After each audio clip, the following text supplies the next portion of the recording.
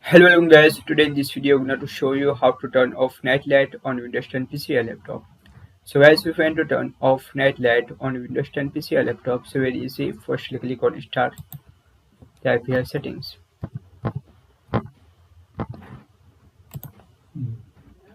After click on display.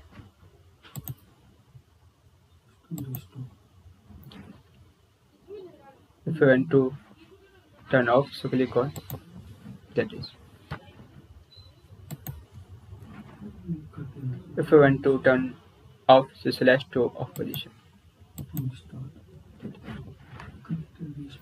So guys, this is very simple and easy and quickly method if you want to turn off night light on Windows 10 PC or laptop. Thank you for watching this video. Please like, share and subscribe to my channel for latest update, and please comment this video useful or not. Thank you for watching this video.